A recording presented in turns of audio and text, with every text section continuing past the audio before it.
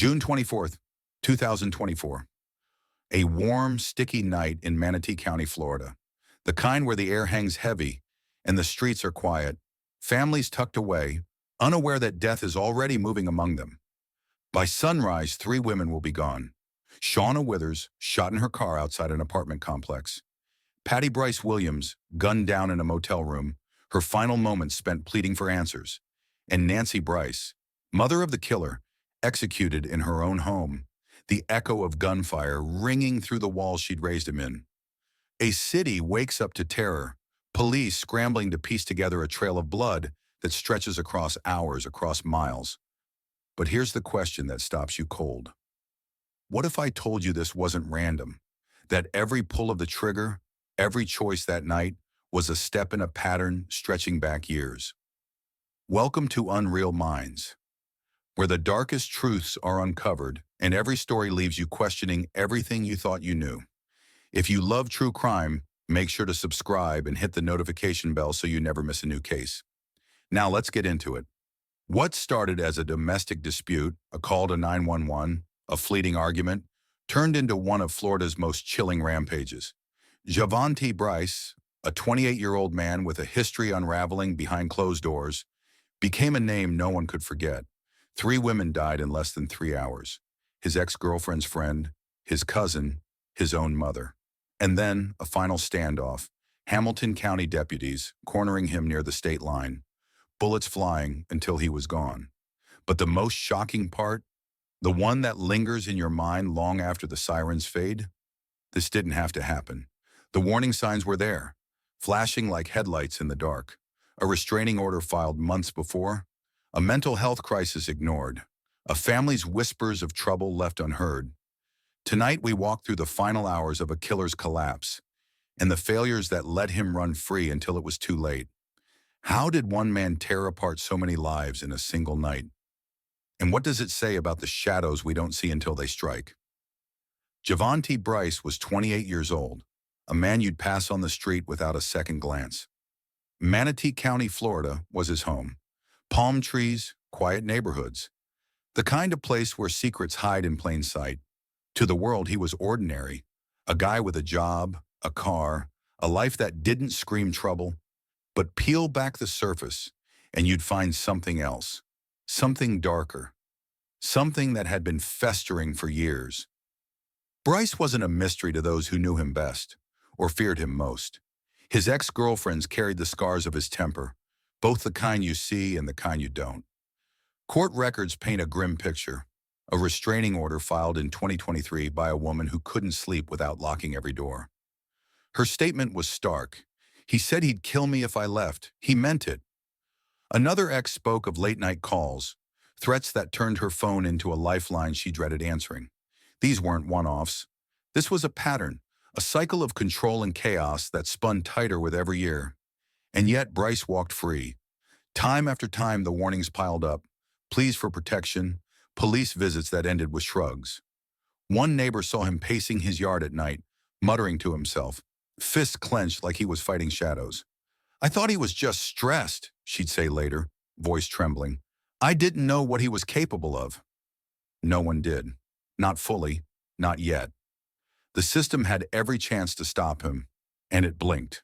That restraining order? Issued, filed, forgotten. Police reports stacked up like unread mail, each one a red flag flapping in the wind. No arrest stuck, no judge threw the book. Mental health support? A phone number Bryce never called, a counselor he never met. The cracks were wide and he slipped through every one, his anger growing louder while the world stayed deaf. What makes a man like Bryce? Was it rage born in him, or built by a life that let him off the hook too many times? His exes saw the truth, a fuse burning shorter with every fight, every slammed door, every threat they prayed he wouldn't keep. But the system? It saw paperwork, a case number, a problem for another day. And that day was coming, faster than anyone knew. But here's where the story shifts. Javonte Bryce didn't just have a problem with the women he dated. His anger had deeper roots, tendrils that coiled around something closer, something primal. His next victim wouldn't be a stranger or a lover scorned. It would be blood, family, someone who'd shared his table, his name, his life. And when that line was crossed, the mask he'd worn so well would shatter. For good. Stick around, because the man behind the madness was only getting started, and the worst was yet to come. It's June 24th, 2024, in Palmetto, Florida. The sun's gone down, and Palmetto Trace Apartments sits quiet under a heavy summer sky. Kids are asleep, dishes clatter faintly from open windows. It feels safe, until it doesn't. Inside one apartment, Javonte Bryce is about to light the fuse on a night no one will forget. Javonte Bryce, 28, walks in like he belongs there. He's been here before, too many times. His ex-girlfriend, the mother of one of his kids, is inside with his sister. She doesn't see the storm coming. Bryce has been off lately, posting weird stuff online, talking about betrayal. Tonight, though, he's not here to talk. He looks at her, eyes cold, and says, "I have to kill you." It's not a threat, it's a promise. The room freezes. His sister doesn't hesitate. She steps right between them, voice firm but pleading. "Javonte, stop. Think about your kids. They need their dad." She's calm, but her heart's racing. She knows him, knows he's been acting strange, like something's eating him alive. Bryce stares, unblinking, his hand tight around nothing. Yet. Then something shifts. His shoulders drop. He turns away. No blood, no fight. He just leaves. The door clicks shut, and his sister thinks it's over. She's wrong. What stopped him? Was it his sister's words cutting through the chaos in his head? A flash of his kids' faces? Or was it bigger, part of a plan he'd been turning over for days? Bryce wasn't done. He was just getting started. As he slid into his gold Toyota Camry, his mind churned. Names, faces, people he blamed. Palmetto Trace was the first stop, not the last. He didn't leave because he was scared off. He left because he had somewhere else to be. Bryce peeled out into the night, the road stretching ahead like a countdown. His next victim? Someone who trusted him, someone close. She was laughing at a cookout or sleeping in her bed. No clue that he was coming for her. No clue that the man she knew was gone, replaced by something darker. And as he drove, his phone buzzed, a message that lit up the screen and lit a new fire in his eyes. What it said, no one knows, but it was enough to push him over the edge. It's 9:15 p.m. on June 24th, 2024. The air in Bradenton, Florida is thick and heavy, the kind of muggy night that sticks to your skin. At the Motel 6 on 67th Street, Circle East, a neon sign buzzes and flickers, throwing faint light across a quiet parking lot. Interstate 75 hums in the background, cars speeding by, unaware that inside room 214, everything's about to change. Tidanisha Scott, 48 years old, is in there with her boyfriend and her two little girls, ages 8 and 10. They're settling in, maybe unpacking, maybe chatting about the day. Then a knock, sharp, sudden. Tidanisha pauses. She doesn't know it yet, but the person on the other side of that door is about to take her life. The door creaks open, and there he is. Javonte Bryce, 28, Tidanisha's own son. He steps inside, his gold Toyota Camry still warm in the parking lot outside. He's been driving around tonight, restless, wired. Just an hour ago, he was at Palmetto Trace Apartments, face to face with his ex-girlfriend, until his sister talked him down. But here he is now, standing in front of his mom. His face is tight, his eyes locked on her. Tidanisha's boyfriend looks up from the bed, caught off guard. "Hey, Javonte, what's up?" he says, keeping it light. The girls glance over, crayons still in their hands, expecting a hello from their big brother. But Javonte doesn't smile. He doesn't move. He just says, "I need to talk to Mom." Tidanisha steps closer, worry creeping into her voice. "Javonte, what's wrong? You don't look right." He doesn't answer. The room feels smaller now, the air heavier. The girls stop coloring. Tidanisha's boyfriend shifts, uneasy. Then out of nowhere, Bryce opens his mouth. "Mom, I'm sorry," he says, low and shaky. She freezes. "Sorry for what?" she asks, her heart starting to race. He doesn't explain. He doesn't have to. In one quick move, he reaches into his waistband and pulls out a gun. The girls gasp. Tanisha's boyfriend jumps up, but it's too late. 3 shots, bang, bang, bang, tear through the room. Tanisha drops, blood staining the carpet. The girls scream, loud and raw. Bryce turns, bolts out the door, and vanishes into the night. The whole thing takes seconds, but it feels like forever.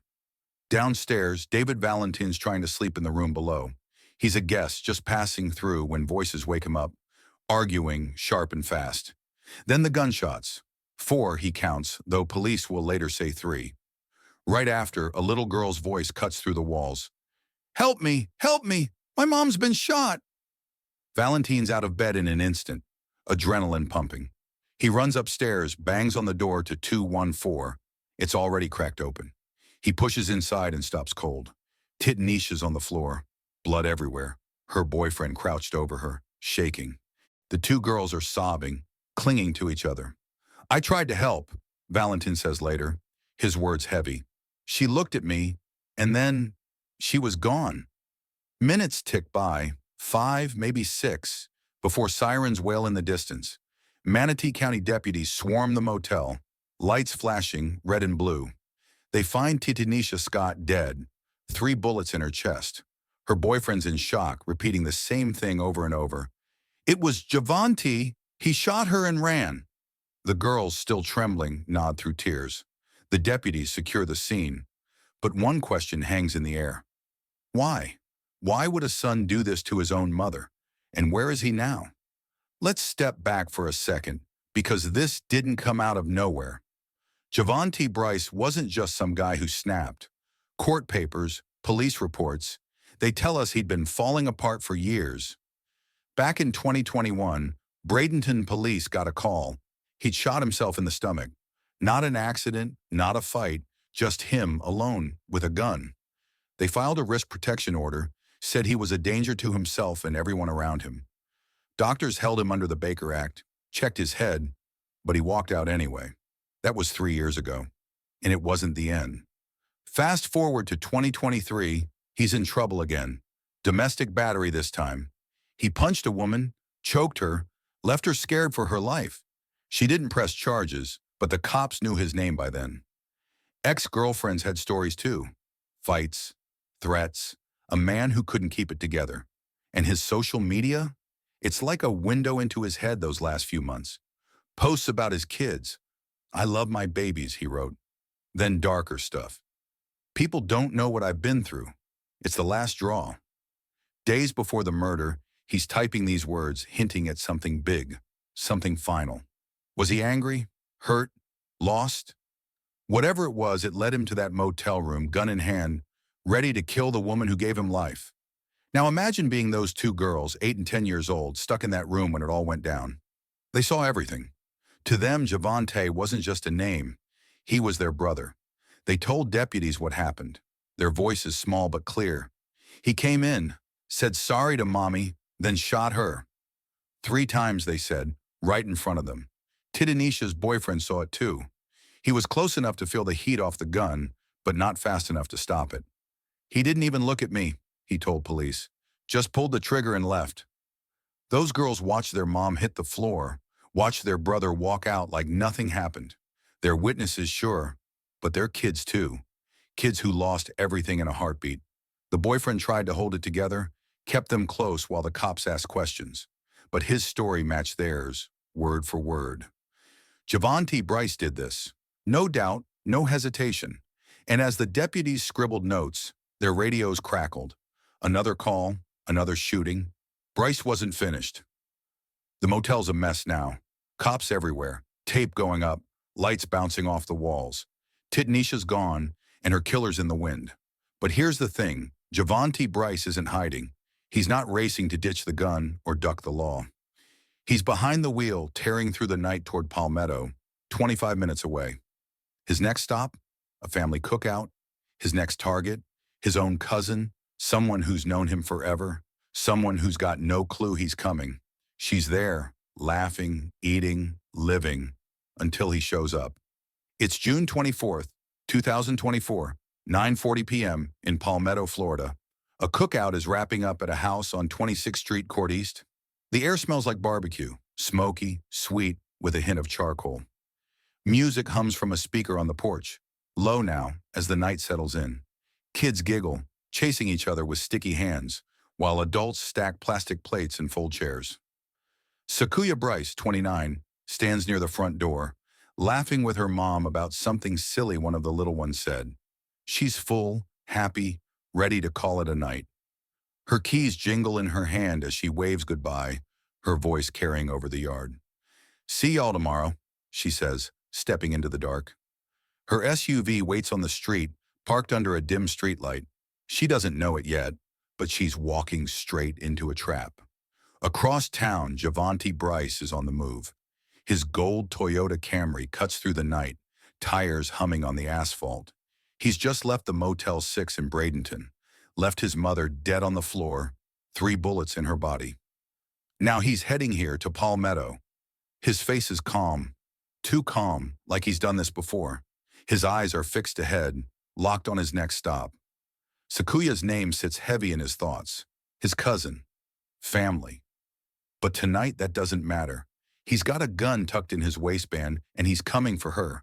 The question hangs in the air. Why? What's driving him to do this? Sakuya reaches her SUV, her shadow stretching long across the pavement. She unlocks the door, climbs in, and pulls it shut with a soft thud. The cookout fades behind her, laughter muffled now, just background noise. She slips her key into the ignition, but before she can turn it, something catches her eye. A car pulls up behind her, slow and quiet. It's a gold Camry. She knows that car. It's Javante's. Her cousin's here? She leans forward, squinting through the windshield. Maybe he's dropping by to say hi. She rolls down her window, sticks her head out a little. Hey, Javante, that you? She calls, her tone light, curious. He steps out of the Camry, one foot hitting the ground, then the other. No rush, no hurry, just a steady walk toward her. Sakuya watches him, her smile slipping. His face isn't right. It's empty, blank, like he's not even seeing her. Javante, she says again, softer this time. Her stomach tightens. Something's off. She glances at her phone on the passenger seat. Should she grab it? Call someone? But he's already at her window, standing close, his shadow falling over her. Bryce stops, stares down at her. Sakuya's mouth opens. What's wrong with... But she doesn't finish. His hand moves fast, pulling the gun from his waistband. Her eyes go wide. She jerks back, hands fumbling for the key, trying to twist it, start the car, get away. But there's no time. Bryce lifts the gun, aims through the open window and fires. One shot, loud, sharp, splitting the night. Then another. Blood stains her shirt, fast and dark. She slumps sideways, her head hitting the steering wheel, her breath shallow, fading. Back at the house, the cookout explodes into panic. The shots echo off the walls, and people freeze for a split second before chaos takes over. Gun! He's shooting! A voice yells. Feet pound the ground as family spills out the door, running towards Sakuya's SUV. They see her there, slumped, blood pooling on the seat. No, no, no! Her mom screams, reaching through the shattered window, grabbing her hand. Bryce is already moving. Back to his car, sliding in, starting the engine. The Camry lurches forward, tires squealing as he tears down the street, gone before anyone can stop him. Neighbors stumble out of their homes, phone lights flashing as they dial 911. She's been shot! Hurry! A man shouts into the line. Sirens wail in the distance, getting closer. Palmetto police roll up, lights cutting through the crowd. They pull Sakuya from the car, try to stop the bleeding, but it's too much. She's rushed to the hospital, clinging to life. An hour later, she's gone. Dead at 29, killed by her own cousin. Witnesses huddle together, shaken, telling deputies what they saw. It was Javante Bryce, one says, voice trembling. He walked up and shot her just like that. Another nods. I saw him drive off. Gold Camry. It was him. Why Sakuya? What pushed Javante Bryce to turn on his own cousin? No one's sure. Not yet. But there are clues scattered in his past. Court papers show trouble. Domestic violence charges. A restraining order from an ex. Even a time he shot himself in 2021. Family ties don't always mean peace. Maybe Sakuya said something years ago, something small that stuck with him, grew into this. Maybe it was deeper, a break in his head no one saw coming. Whatever it was, on June 24th, 2024, it brought him to her window with a loaded gun, and he didn't hesitate. Sakuya didn't have a fighting chance. She was boxed in, sitting in her SUV, door closed, window down. When Bryce pulled the gun, she moved fast, instinct kicking in. Her hand grabbed for the key, twisting it hard, but the engine didn't catch. She pushed back against the seat, trying to duck, to shield herself. Too late. The bullets came quick. One to the chest, one more to finish it. She couldn't run, couldn't hide. Trapped in her own car, all she could do was stare into the barrel, and then it was over. Police swarmed the scene, taking statements, following tire marks down the road. They've got a name now, Javante Bryce. First his mother, now Sakuya. Two dead in one night, and he's still out there. The radio buzzes with alerts. Suspect armed, dangerous, on the move. He's heading to Bradenton, chasing one more target. Who is it? Someone he loved, someone he hated. She's out there right now, living her night. No clue he's coming for her. Cops are closing in, but Bryce isn't slowing down. Will they catch him before he strikes again? Stick around. This night's about to get worse. It's just past 10 p.m. on June 24th, 2024, in Bradenton, Florida. The air's heavy, the streets quiet, too quiet. But inside the Manatee County Sheriff's Office, it's a different story. Lights flash, voices shout, phones won't stop ringing. Two women are already dead. Javante Bryce's mother, Tanisha Scott, shot at a Motel 6, and his cousin, Sakuya Bryce, gunned down at a cookout in Palmetto. Now deputies are racing the clock. Bryce is still out there, and they know he's not finished. He's got his eyes on someone else, his ex-girlfriend's new partner. The question is, can they find him before he pulls the trigger again? Cut to 51st Street West, a small house lit by a single porch light. Inside, Cheryl Carter, 31, sits on the couch, flipping through channels. Her partner, Bryce's ex, is in the kitchen, grabbing a glass of water. It's a regular night, nothing special. But a block away, a car rolls up slow. The engine shuts off. Javante Bryce steps out, his boots soft on the pavement. He's calm, too calm. His hand grips a gun, tucked close. He's been here before. This house, this street. It's where his ex moved on without him. And tonight, he's here to take it all back. Cheryl hears a knock, sharp, loud. She looks at the clock, 10:04 p.m. "Who's that?" she calls. "Probably nothing," her partner yells back. Cheryl gets up, walks to the door, cracks it open. Her breath catches. It's him, Javante. His face is blank, eyes cold. She tries to shut the door, but he's faster. He shoves it wide, gun up. 3 shots rip through the air. Bang, bang, bang. Cheryl drops, blood soaking the rug. Her partner screams, frozen in the kitchen. Bryce doesn't wait.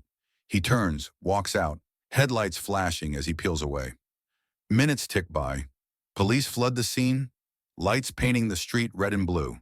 Cheryl's rushed to HCA Florida Blake Hospital, but she's slipping fast.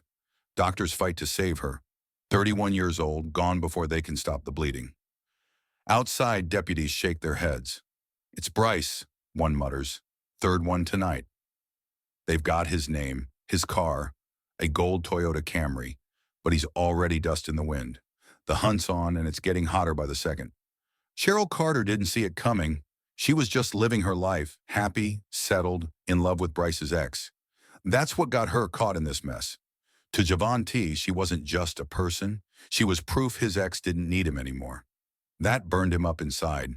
He couldn't let it go, so he showed up with a gun, ready to wipe her out. Cheryl wasn't part of his world. She was just in the way. Wrong place, wrong time, wrong love. Back at the sheriff's office, it's all hands on deck. Maps cover the walls pinned with dots.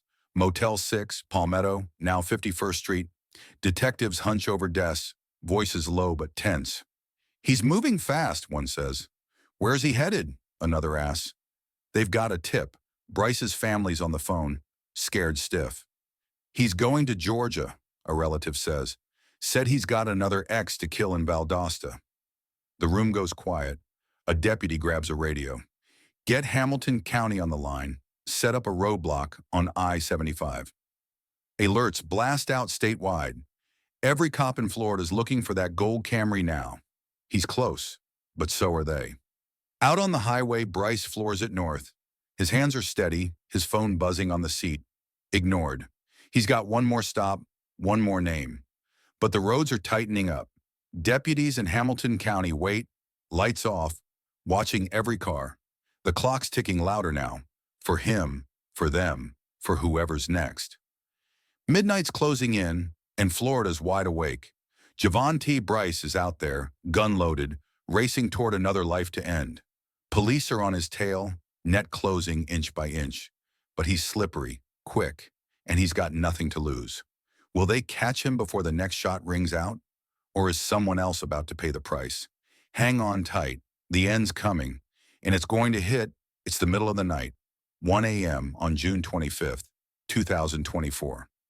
Javonte Bryce is flooring it north on I-75 in his gold Toyota Camry, the road disappearing under his wheels. He's already killed 3 women back in Manatee County.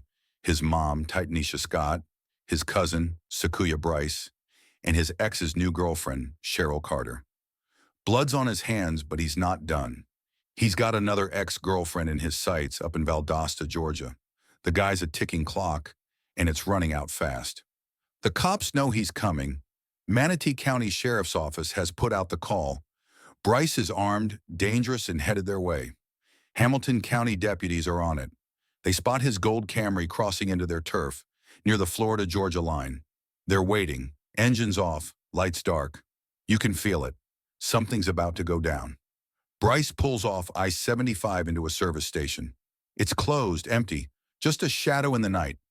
Maybe he needs gas. Maybe he's lost. Doesn't matter. The deputies move in. Lights flash red and blue. Cars close in tight. He's trapped. The Camry stops. Everything freezes for a heartbeat.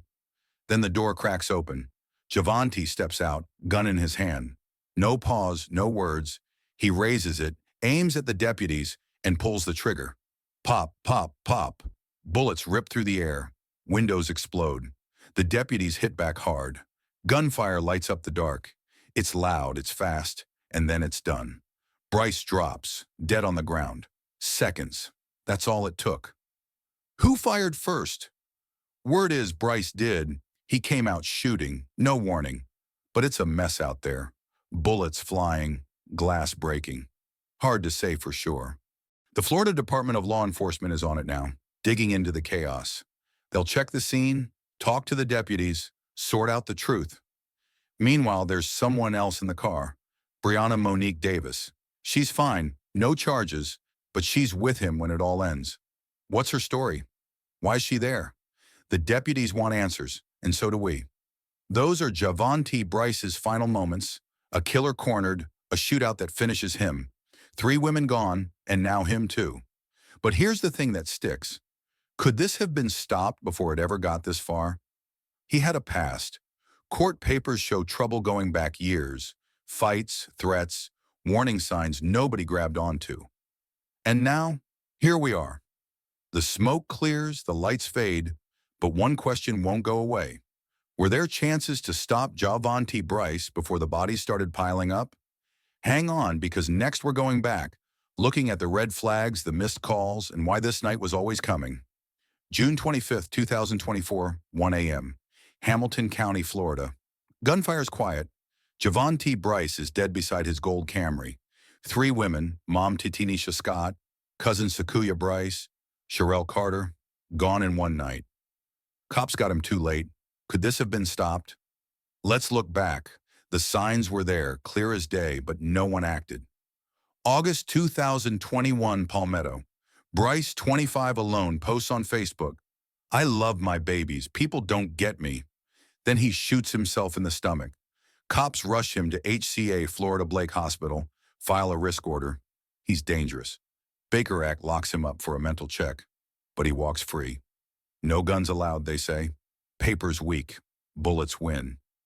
2022 August. Trouble again. Domestic battery. He barges in, fights in a parking lot. She's scared, but charges drop. No jail. 2023 September. Battery by strangulation. Punches her face, chokes her. She's terrified, doesn't press charges. Case fades. Restraining orders stack. 2021, 2023. Exes plead, he'll kill me. Cops nod. Courts shrug. He slips through. A ticking bomb. June 24th, 2024. 3 dead. Could Titinisha, Sakuya, Sherelle be alive? Neighbors saw him pacing, muttering. Family said he's off. Social media swings from kids to betrayal. His sister stopped him once at Palmetto Trace, but not again. Years, 2021, 2022, 2023, to act and nothing. Why? Cracks? No guts? Or a guy hiding it all? If cops pushed after that gunshot, if orders meant something, if someone checked his head, would they be here? We can't say. 3 lives lost, a family wrecked, red flags ignored. This isn't one night, it's years missed. Bryce walked this path, and we didn't see. Could it have been stopped? Tell us below. This isn't just a story, it's a wake-up call. Florida was on alert, but too late. Stick around. Could someone have seen it? Could they still be alive? Answers might hit hard. Pure evil or a tragedy we missed? 3 women gone, signs overlooked? Your thoughts? Comment below. Like, subscribe. Hit the bell. Unreal Minds has more real stories coming. Don't miss out.